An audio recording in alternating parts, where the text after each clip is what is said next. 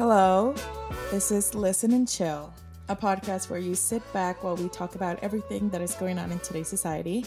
My name is Margie Rodriguez, and today we're doing something different as we're going to talk about something serious that is happening in the world right now.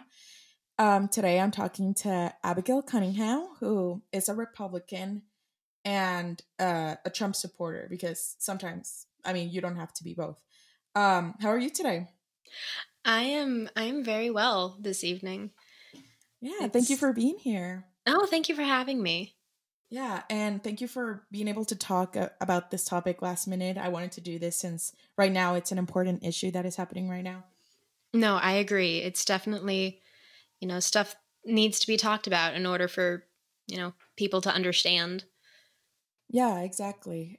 So before we begin, I would like to give out a disclaimer because today we'll be talking about a very controversial topic which can go wrong very easily, which is why I wanted to try and let this be just a conversation between us. There's like no debate or no right or wrong answer. We are just stating our opinions and our knowledge of the situation that is going on right now and how we see this changing in the future.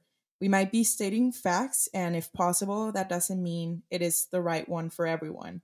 And I just want to clear that up before we begin. But yeah, I decided to interview Abigail today because, of course, we know each other from class. We major in theater together, and I know that you're open about your political opinions. And I'm very curious to talk to you about this situation because, like, you're one of the only Republicans I know and talk to right now, and I feel like we have this confidence where we can openly talk about what we feel that is going on right now. And I feel like this episode is helpful for others. And I do hope people can see that there's a difference in the world, but that we can still have a peaceful conversation about a controversial topic, you know? No, I agree. Actually, it's been kind of difficult for me to, especially since the line of work that we do, it's been difficult for me to actually state where my political views or opinions are because it's just such a strong community. Yeah. So honestly, I'm very happy that you've been willing to just talk and not yell and be like, why don't you think the same thing? Yeah. Because that happens a lot. No, yeah, and I understand that. Like, a lot of people, like, they get heated up when they don't agree with the same things. Which okay, but like I feel like sometimes you just need to understand the other side just to make sure. And I'm very curious. Like, it's just something that maybe I wasn't raised with, and I just want to know the other half of it, you know? Yeah. There's always two sides to every story. Exactly. So it's something that a lot of people don't do. They don't think that there could be even just like a kernel of truth or sense in someone else's side, and they think that, oh, this way is the only way to go. Not that I'm saying that that's always how it is. Sometimes stuff can be horribly wrong, like communism, but we're not going to go there. Okay. Well, I mean, first of all, I would like to make sure that you're a Republican and a Trump supporter, right? Yes, I do have more views that are in the Republican category. Where exactly I am is kind of like hesitant. I'm a weird mix of libertarian and conservative, but generally the people who I support are in the Republican Party. I did vote for Trump in his first election, and I voted for him in this past election, partially because I saw that he was the better of two evils. I'll just put it like that simply. I didn't, I wasn't fully like gung-ho about either candidate, but I saw, when during his first debates and all that, I saw where he was coming from. And, growing up, I just kind of was already tired of what was happening politically. And I wanted someone who, could shake things up a little bit and try to set things in motion and not in the same gears that they've always been in. Yeah. And I mean, I heard that a lot of Republicans really liked that he wasn't into politics, which is why a lot of people voted for him. Is that right? Yeah, he's a businessman. Mm-hmm. And I know that, during his time running for president and in office, there was, a lot of heat about, oh, he filed for bankruptcy, Mm-hmm. like yada, yada, yada. But I mean, a lot of businesses do. And I can't remember off the top of my head, like the situations, but I mean, he is very successful in business. And honestly, that's what I thought our country needed. Our country needed someone who could pull us out of where we were in debt and, jobs, and be able to set everything right. Like, have you been a Republican like your whole life, or your parents your whole life? It's kind of a gray area. My parents are both from Democrat families, very heavily Democrat families. Mm-hmm. And, so that was their thinking when they were younger. And I think my dad likes to say that he's more like firm libertarian with like a trickle of conservative. And then my sister is just doesn't like to be labeled. So, we throw her in. And then we have my brother who is full on Democrat. So we're kind of all over the place. All mixed, yeah. I bet for dinner, like when you're talking in dinner, does it get heated up? Yeah, it's we're now that family where you can't bring up politics at the dinner table, and we can't make any jokes in our sibling group chat because it's just it doesn't end well. Yeah, I bet. So you decided to like support Trump and everything. Your parents didn't like show you all the things that Republican sides like believe in, or how was that? It was interesting. So, fun fact, when I was forming my political views, my family was watching Parks and Rec. Cleared some things up for me on what I wanted government to look like and to do. So that definitely like influenced things.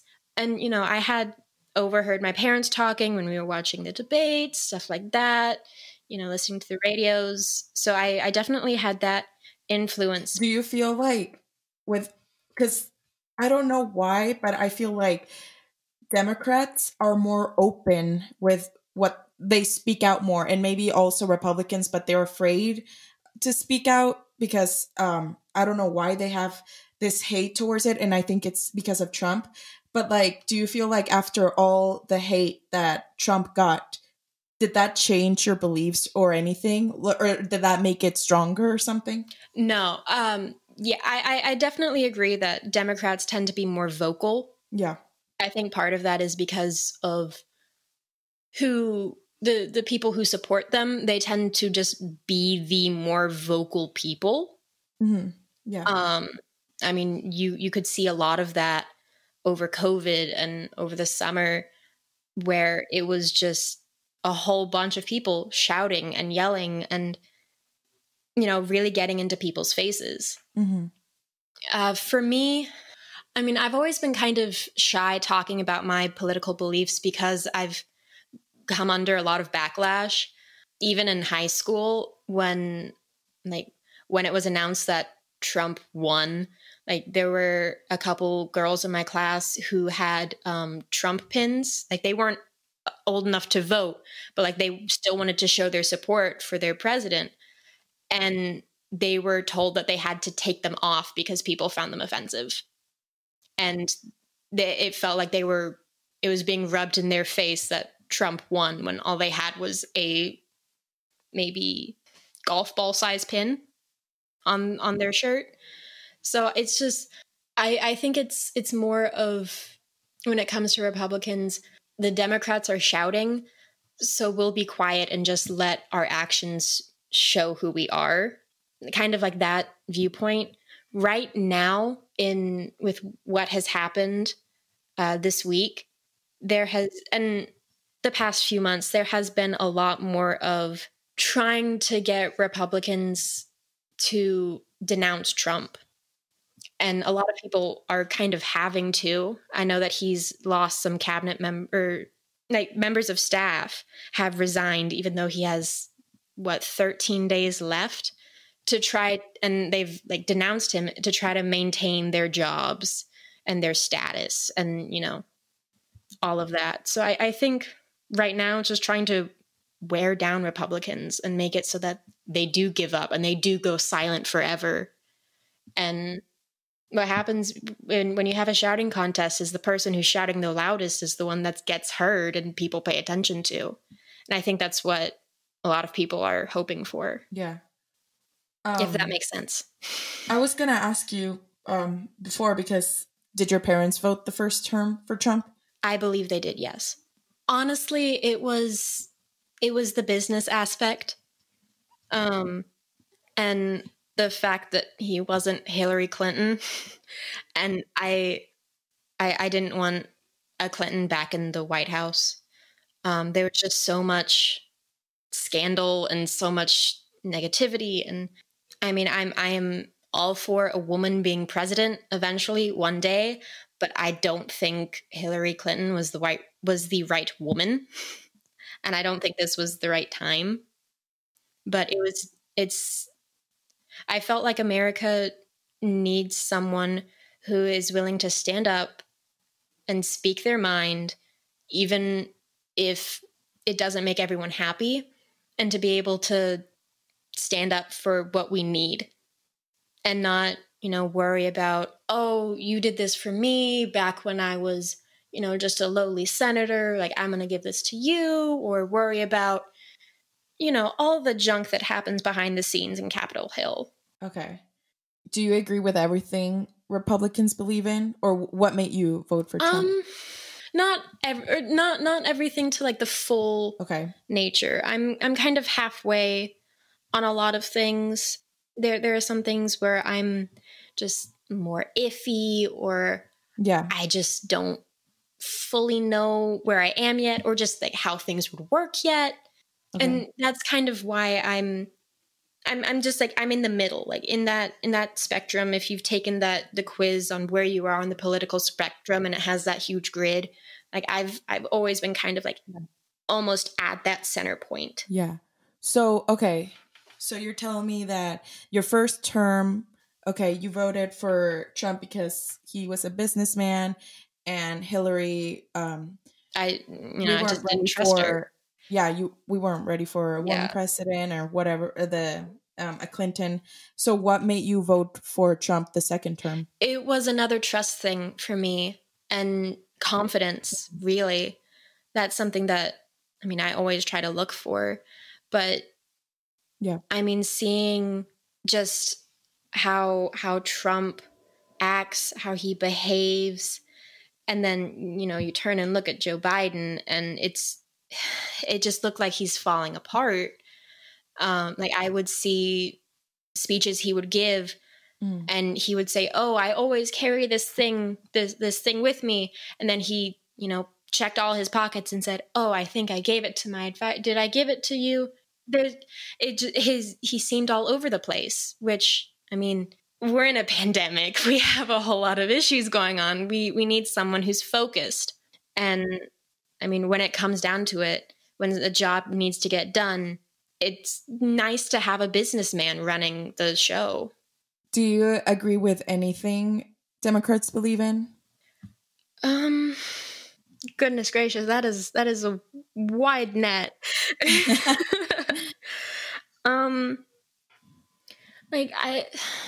When it comes to, sorry. Oh no, go ahead. I was gonna say, we can go through the stuff if you don't mind talking about them, like all the. I not mind. I may not be interesting because I may not be able to think, but we can go through things that might help. Sure. The first thing that I think it's the main issue is the pro-life and pro-choice. You says we already talked about this over Snapchat, and you told me that you're pro-life, right? I am. I don't believe in the death of an innocent child. Mm-hmm. And are you like, oh, I really believe in this. Like, I really Like that's what's making me a Republican, or is that just like in the middle, like you said before? There are maybe two instances where that make me hesitate when it comes to abortion, and that's if the mother's life is truly in danger, and like there is that discussion like that. I mean, that that's a tough question just in general, like what to do if you might lose both the mother and the baby. But I do not think that should be in the hands of the government. I think that needs to be in the hands of the doctors, and the doctors should, the doctors and obviously the mom and the father, like they need to decide that. But like that, and maybe in the instance of rape, but that's also a gray area because it's not easy to determine if it was rape. I'm not saying anything against or trying to offend anyone who has gone through that unfortunate circumstance. And if that does happen and you do have that consequence, I would understand not wanting to go through and have the baby. But in today's society, where unfortunately, like, she said yes at the beginning, but then she said no later. So I don't know. It wasn't rape on the guy's side, but it was on the girl's side. Like there's no clear like way of saying no, this happened against my will. And, even in that horrible circumstance, I believe that a baby is a gift and every life is a gift. While that girl, that woman might not be ready for a child or want that reminder, that could be an opportunity for someone else to then be able to have the baby or to, raise the child and have a child who maybe couldn't. Yeah. For me, I wasn't raised with that knowledge of, pro-choice, pro-life. I decided after reading about it, after learning about it, which place I stand. And there has been some situations, like you said, in the dinner table where I talk about it with my family and see what they think. But most of my family, this always like they prefer pro-choice. And I mean, I can understand that. And maybe for religious people, it is more leaning towards pro-life. But for me, I go back to the woman. It's her choice and it's her body, and she decides what she can do with it. So like if she knows that she's not ready to have a baby and she knows that she doesn't have the financial to have a baby, so she can decide. And of course I have my limit, like it can't be more than 6 months or whatever, because that's just cruel, Mm-hmm. I do believe that maybe when it's still a little seed, it's still not a baby. I don't agree with that. So maybe like when there should be Mm-hmm. like a limit, that's where I agree and disagree. But yeah, and I mean I get what you say about the pro-life, that okay, yeah, someone else can have the baby, but also you have to think about all the foster homes, all the kids that don't even have parents, and they grow up and then no one wants to adopt them, and they turn 18 and then they don't have anywhere to go, all those foster homes are full of Yeah, kids yeah. that don't even have a place to live, because most people just want like a full-born baby, or stuff like that, you know what I mean? So that's something that also the government, if they want to keep that, they need to check the after, not the okay, we have a baby now, like what's going to happen with the foster homes, you know what I mean? Mm-hmm. That's definitely an area that I think needs some reform. Yeah. Because also I know that, the period in order to like adopt a child, it takes a long time and it takes a lot of money. So like by the time that there might be a kid in the system that could be perfect for like this family, for a family, but like by the time they go through like all the process, that kid may have aged out or, I don't know, taken by someone else or has moved. So it's not always a good idea, but like I understand your point, you know, like Yeah. But I also, to go off of what you said about it's a woman's body, I agree with that. But I believe that if a woman is not ready to, to have a child and to, like, financially or anything like that, or physically, like, that she should try to do everything to avoid it. I mean, if she's in a relationship and, still wants to be able to enjoy every aspect of that relationship, use contraceptives, use like all of that stuff. But I mean, if you don't have access to that, then don't do it. And I know that abstinence doesn't work, but as much as you can, like, people need to remember, if you're not ready for the consequences, just wait, and then it'll be worth it. And it goes back to religion, I think, that I feel like abstinence is really shown in religion. And it does. You said, I mean, you're very religious, right? I am, yes. Yeah. For me, I really didn't grow up with, I mean, I am Catholic. I was baptized. Yes, I was baptized. And I did my first communion. Yeah, I did my first communion. And then, I mean, I think you need to do something else to keep. Yeah, the Catholics have a long process, I think. Yeah, there's something else that I didn't do because I think when you're a teenager or something like that, you can a confirmation thing where you can keep going. And my mom asked me, like, do you want to do it? And I said, I don't think so. I don't think I'm going to keep following religion. So I don't know, like, I was raised, but I didn't follow it. And my family doesn't follow it that much. We don't go to church. We don't do this, but like, we are considered Catholic. You know what I mean? Yeah. But I think that's another issue. If I was grown, if I was more into Catholicism, if I always went to church, if my parents like really showed me about religion, maybe my views would have changed in that part. You know what I mean? Yeah. But yeah. What about the gun control?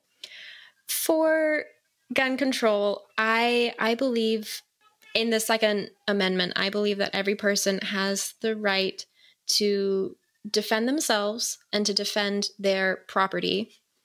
And if they want a gun, then, and they, pass certain qualifications, that they should be able to have one. Do I believe that places like Walmart should carry guns? No, because that is way too accessible. I do think there may need to be like some extra stuff in place.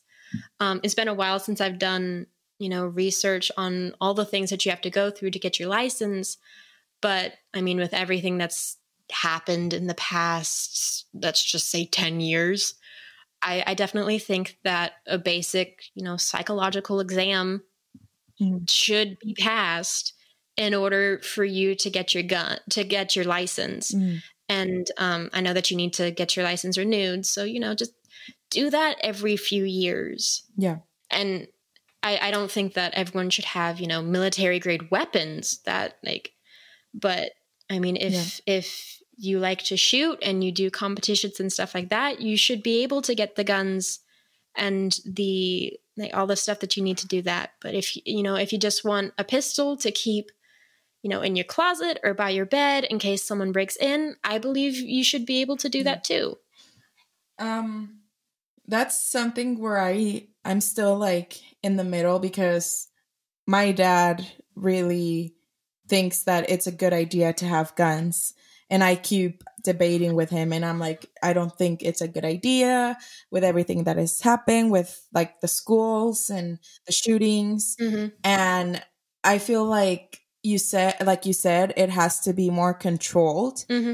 And right now I feel like with all the shootings that have happened, I don't know, maybe I think it's too accessible for people, especially people when they turn 18 years old. I think it's, and this is my opinion, and I'm sorry if you get offended, but I think it's so stupid that you have to be 21 to drink, but you can be 18 to own a gun. I definitely agree. We need to raise that age limit. Well, I mean, I think anywhere in the world except the US and maybe some other place, I believe, it's the only place where 21 is the age limit to drink. Mm-hmm. And it's so, I think it's so stupid because in Mexico, I think it's 18, I believe. Yeah, it's 18 most places, I believe. Germany, I think it's 16 or stuff like that. But like, what I think it's so stupid is that like, okay, like, of course you're young, you drink, whatever, you make those mistakes and you're like, oh my God, I'm 18, I can do whatever, you know? And like, yeah, there are some times where like people drink and drive, which is horrible and people die. But like that, I feel like that's what happens when you own a gun. People are like, oh my God, I'm 18 now. I can buy whatever I want. I can buy guns. And that's the mistake that they make, like, oh my God, like I can do whatever, and they go to schools or they think that they can do whatever with a gun, you know? And I feel like that's still a thing that people think like, oh, I feel like that's not okay. Maybe, yeah, they should maybe lower the alcohol. It's still an immature age to have someone own a gun. Because I remember when I was 18, I wouldn't be prepared to own a gun personally. I don't think if I own a real gun, I would be, I don't know, so scared. I don't know. I don't. Yeah, it does make me uneasy thinking about, you know, some of the people that I know and just like, oh, yeah, I knew this person in high school and they went and got a gun on their 18th birthday. I don't trust that. I do agree. I mean, I personally like that the legal drinking age in America is 21 because I do not want to know what 18-year-old me would have been like drunk. That's just something that I don't even want to leave to my imagination.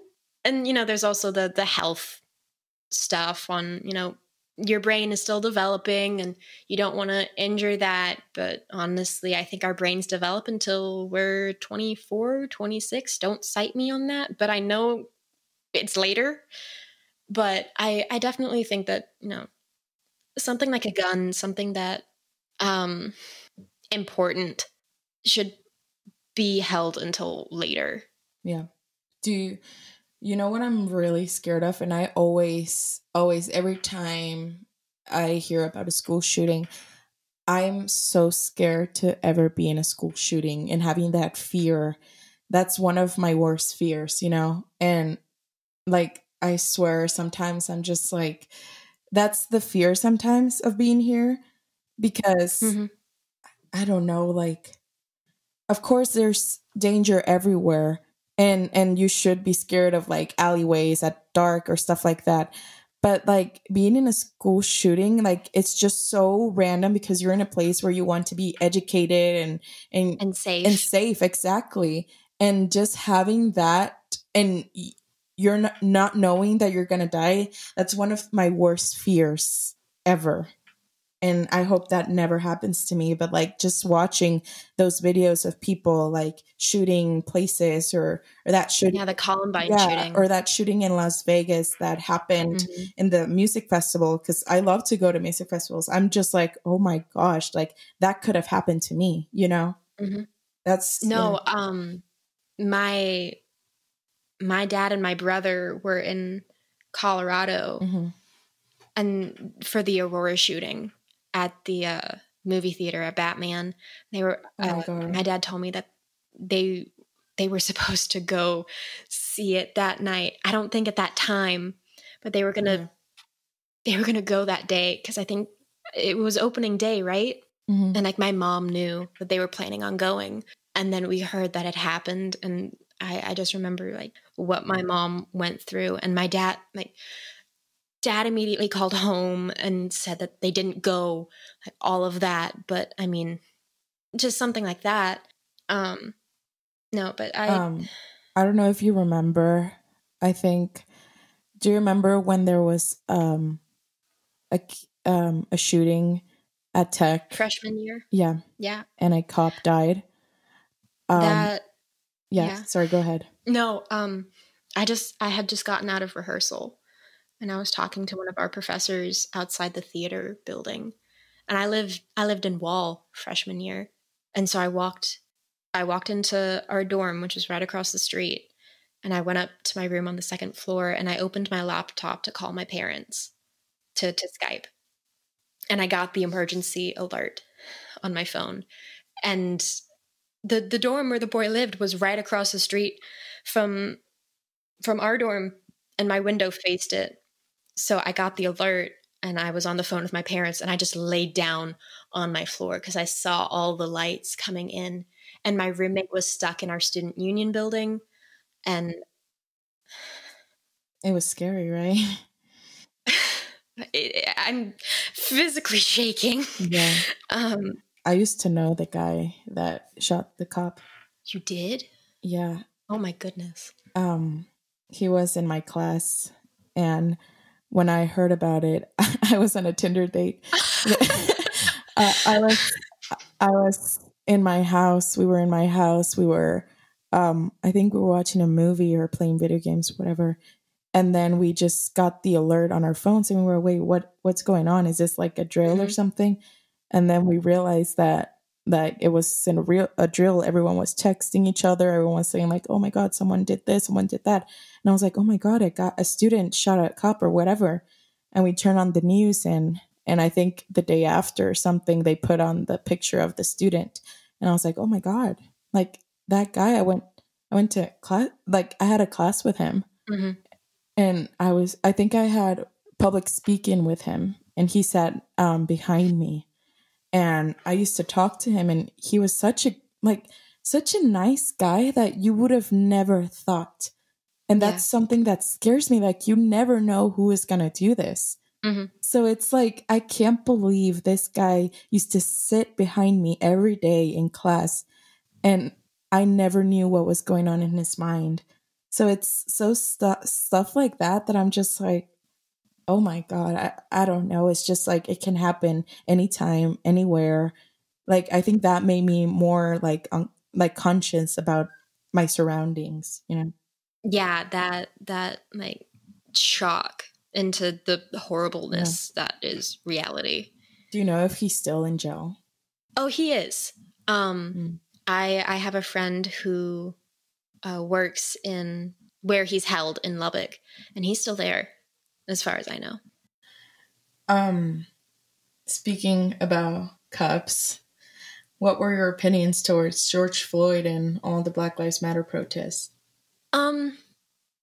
So I have tried to not settle in my opinions on what has happened with Black Lives Matter and with George Floyd, mostly because I was not there.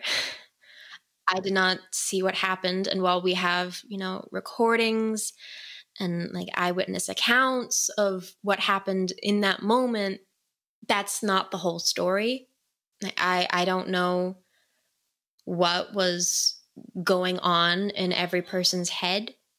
I do have to say that some of the things that I have learned about several of the people involved have not made me look highly on them. So do you think it was right what the cop did? Like you can be open about it. Don't worry about it. And I can tell you my opinion about it. But what do you think? Do you think it was right that he kneeled him down and did everything? I do not think that he needed to keep him on the ground for that long. Mm-hmm. I think that, in my opinion, when it comes to that circumstance, a cop needs to put the person on the ground if they're not cooperating, and then handcuff, and then sit them on the curb or sit them in the car. But I am not a police officer. Mm. I do not have to deal with the things that they deal with. I haven't had any of their training. So I don't know how I would act in any circumstance other than probably run and hide, because I don't like having to deal with stuff like that with violence. Do you think it was a race thing? I honestly do not know. Mm-hmm. And I don't feel comfortable commenting on it because, like I said before, I cannot get into any of the brains of the people who were involved. I know that there was a history with at least one of the cops. I do know that there were some things in Floyd's past that were not the best. And I know that there have been, issues with race and targeting, but I don't feel comfortable like firmly saying I can't say that. I can't. No, yeah, it's fine. Yeah. When I first, okay, I remember I had a friend in LA. I went to LA like last year, and we used to talk and debate, and I love to debate about stuff like that and talk about controversial stuff. No, it's fun. And yeah.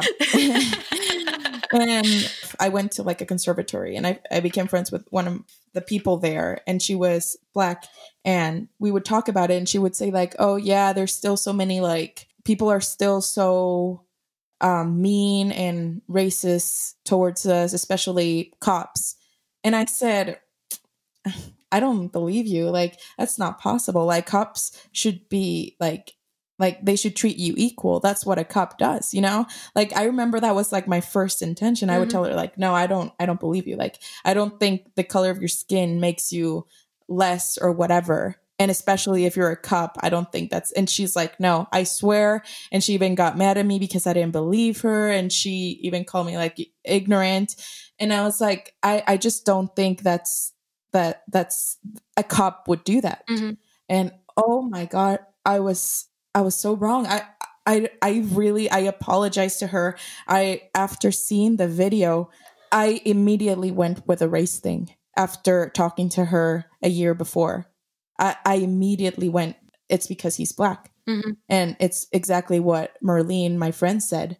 And I don't know, it's just like, yeah, maybe he didn't follow instructions or whatever, but I feel like there's deep down, if he was white and didn't follow instructions, he wouldn't have been kneeled down like that.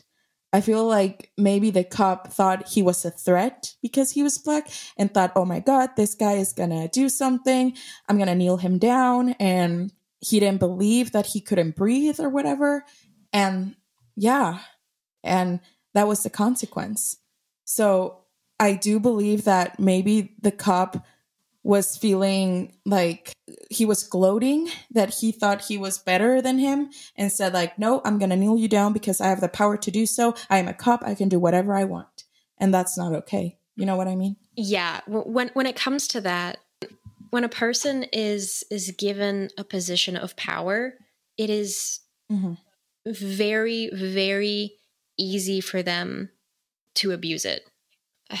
Unfortunately, when it comes to police officers, there are a lot of instances where it can very easily get to their heads, and that feeling of power and control, it can be intoxicating. That is something that I think needs to change and needs reform. I don't really know how, because it's something that's in like that feeling, that desire is in like humanity, but that is something that needs to be worked on. And I can say with confidence that police officer was probably feeling that.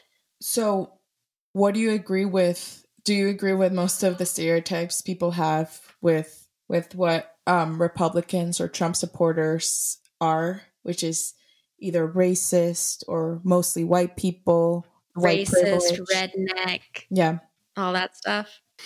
I think everyone is at least like a tiny bit racist.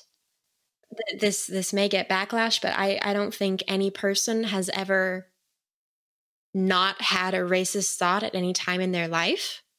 I mean, what do you mean by that?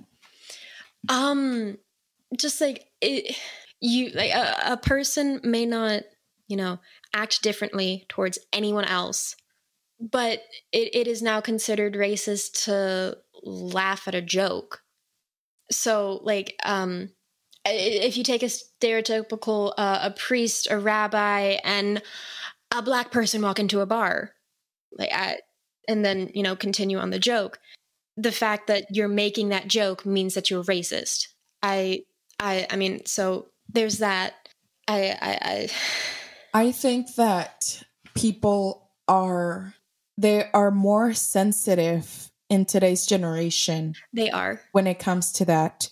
And I think it's because they know that if you make those jokes, it's going to become reality. You know what I mean? If they keep doing jokes like, oh yeah, a priest, a rabbi, and a black person, people are going to grow up believing that that's a right thing to do in the future when they see a black person, when they see a rabbi, when they, you know what I mean? Yeah. Because, okay, well, because there's a difference. I feel like some people are just ignorant and they just don't want to learn about it.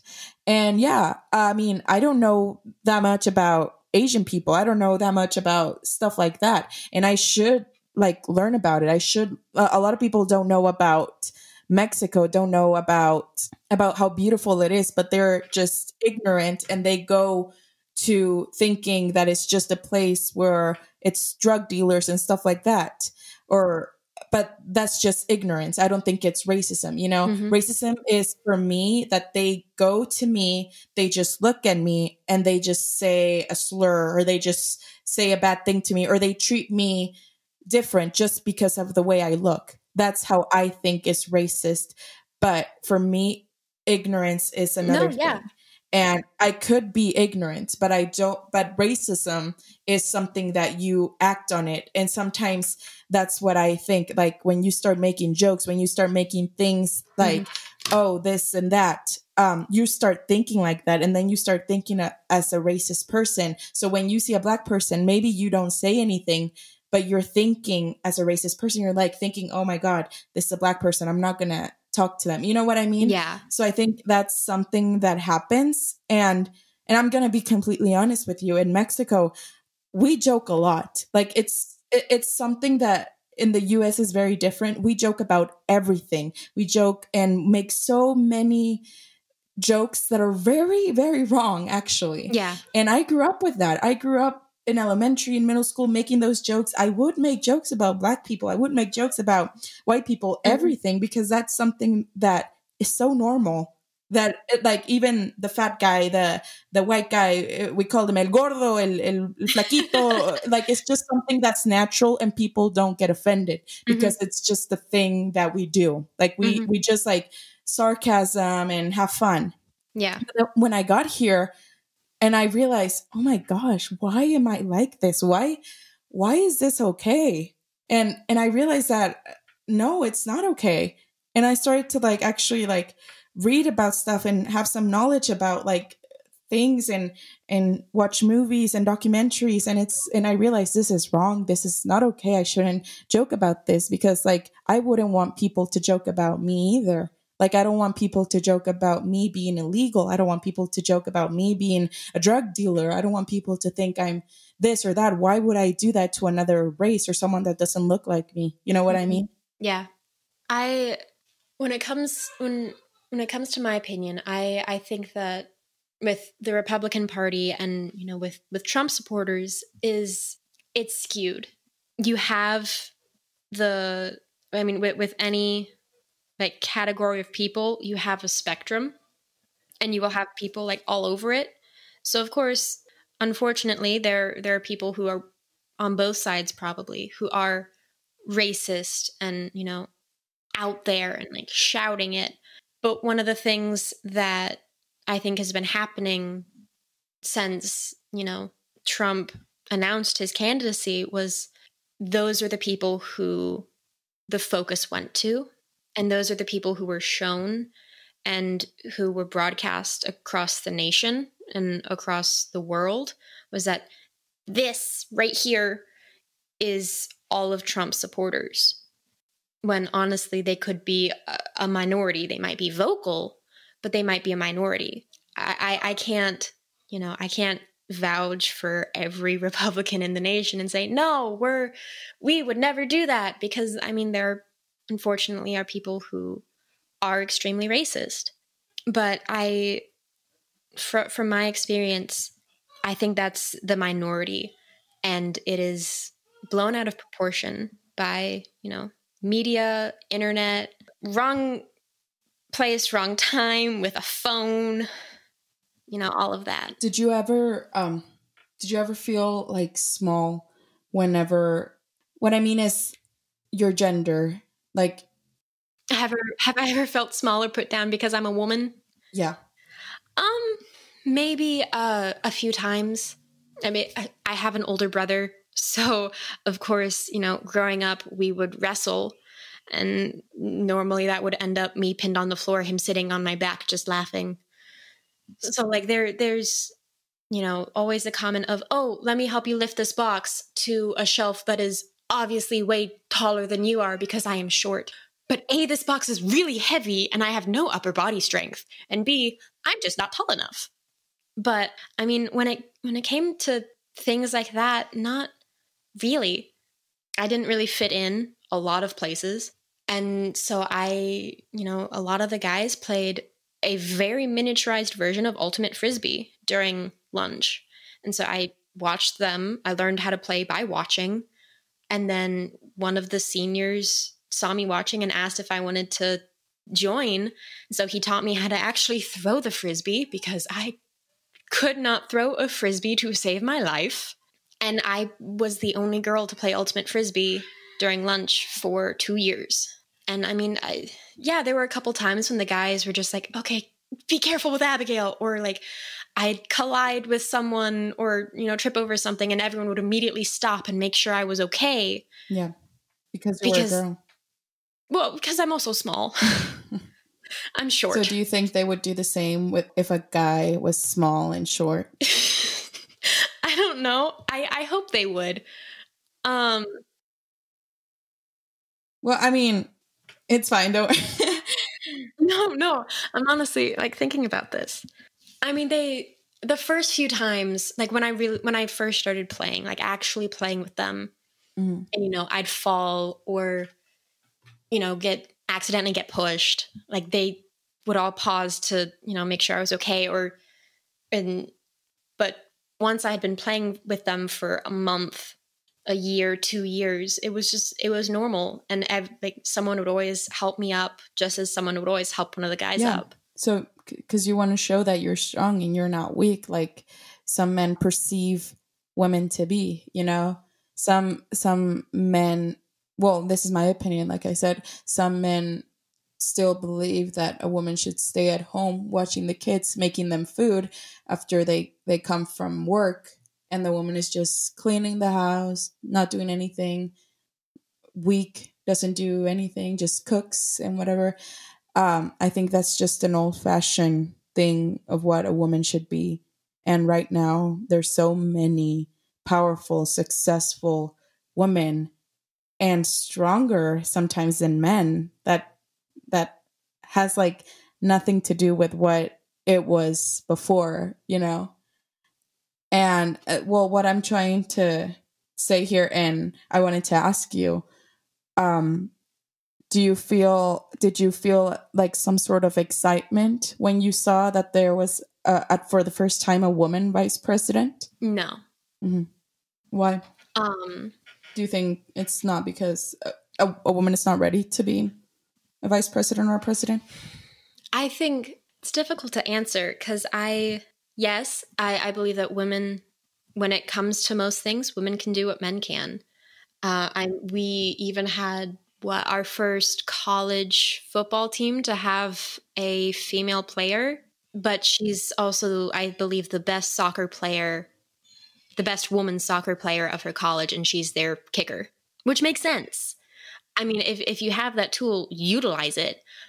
But I do not want to see her going up against 250-pound guys like with, who are charging at her to tackle her, because I would be worried for her safety. Like in that circumstance, I believe, yeah, football can stay a guy's thing. Like all guy teams, that's fine.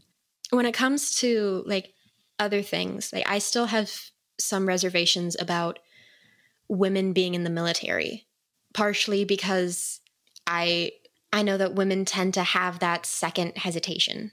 Not all women, I can say that, like not all women have that second hesitation when you have a person in your sights and it's a child strapped with a bomb.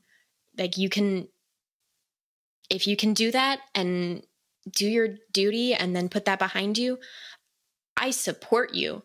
But I think that there are some jobs where it takes a special type of woman.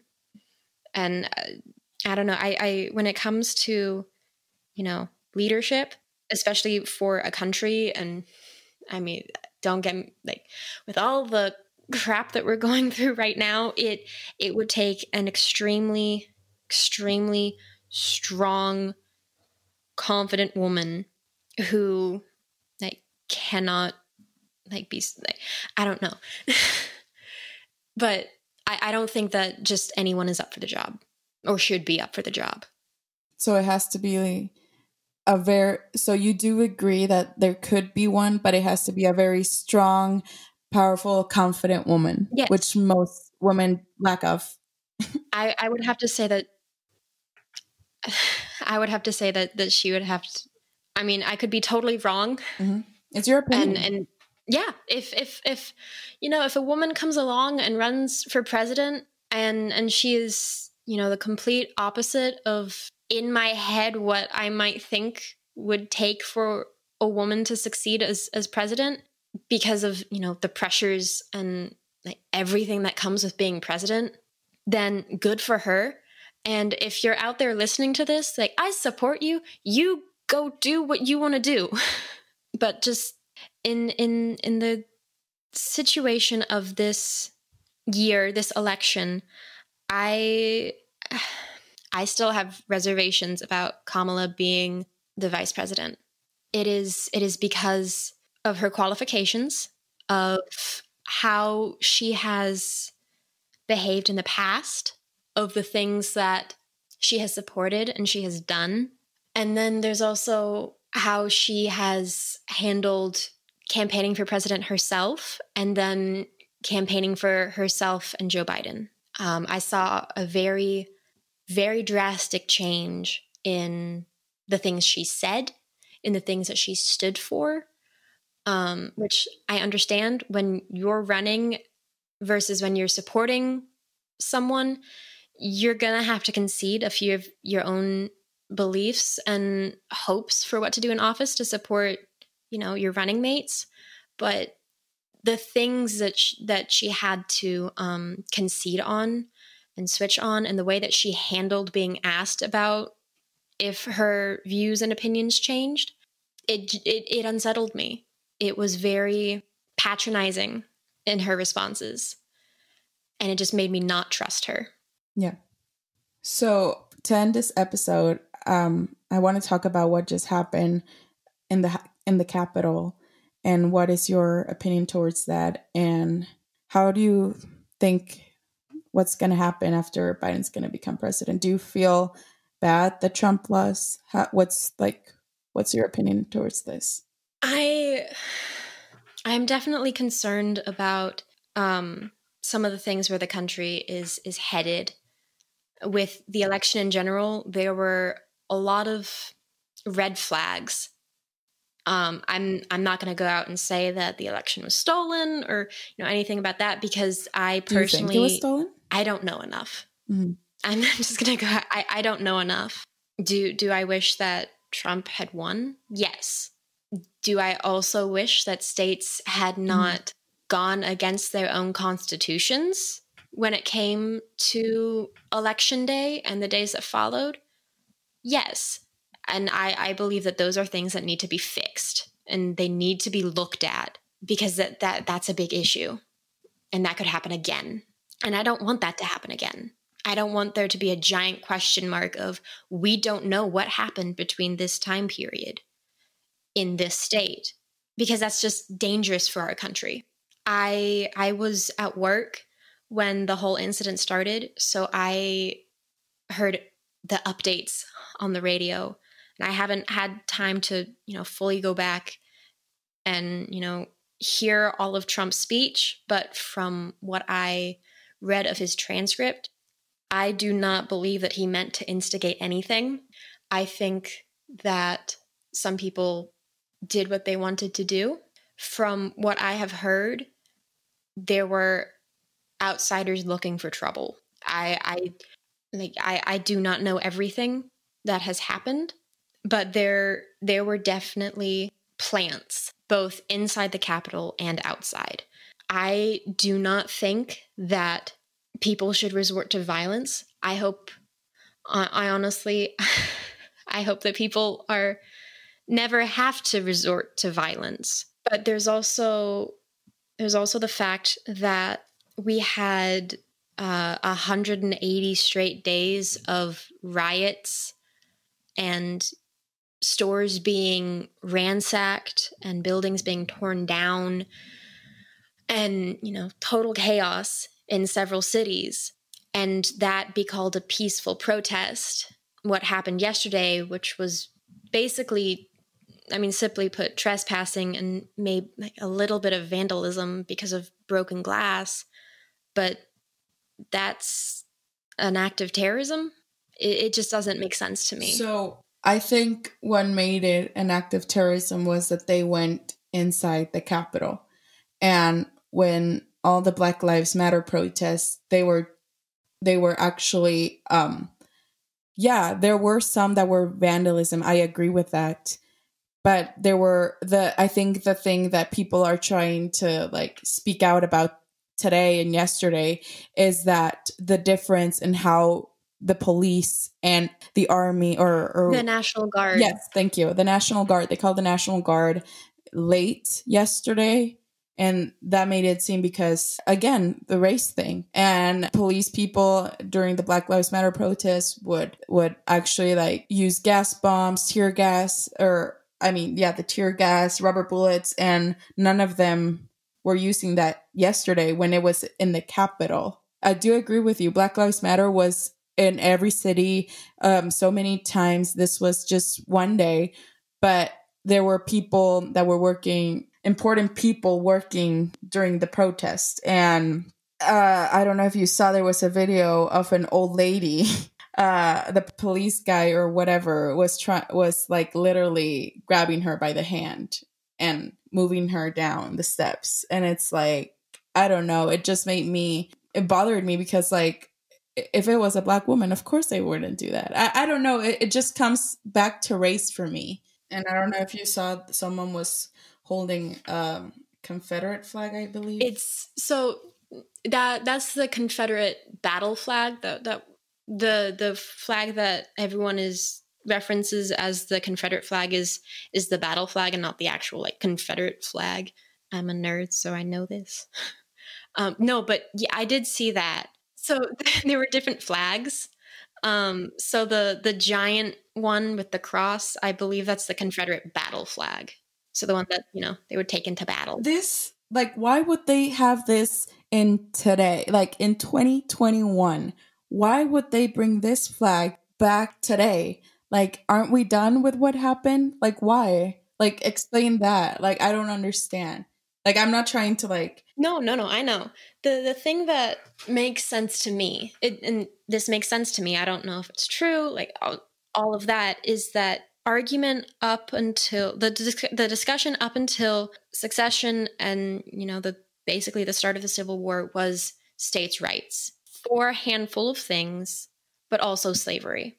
And so it's now also become a symbol of government stepping in and, people feel like their rights are being taken away and wanting to fight for, their rights and what they feel like they should have. Unfortunately, it also has that symbol of racism but I don't think... And people perceive it in another way because of that. Yeah. Like if someone sees that, they're like, because that's such a powerful image, it can't be seen any other way. It's kind of like the swastika. Yeah. If someone sees the swastika flag, like that's the first thing they perceive. Like why do they have that flag? It's kind of like offensive, you know what I mean? And I do want to say, as far as I know, those weren't Republicans. I mean, yes, Republicans were there, but the Republican Party in general are not the type of people to get up and do something like that. They are not prone to violence. Okay. Yeah. I mean, in conclusion, I think that we just are two individuals who have two different types of views about the world and how we want to change, how we think it's better to change the world. And I think that's okay. Like we don't have to be either right or wrong in this. And I mean, we're just two humans that just want to see the world evolve in two different ways. And yeah, that's okay. I mean, it won't evolve in any way unless, people sit down and talk about it. Yeah. Yeah. Exactly. But no, yeah. Thank you. Anything else you want to add on today's podcast? Wear a mask. Wash your hands. Exactly. Yeah. Thank you, Abigail, for being in today's podcast. It was really informative and important. And thank you for opening up. Thank you so much for having me. No, yeah.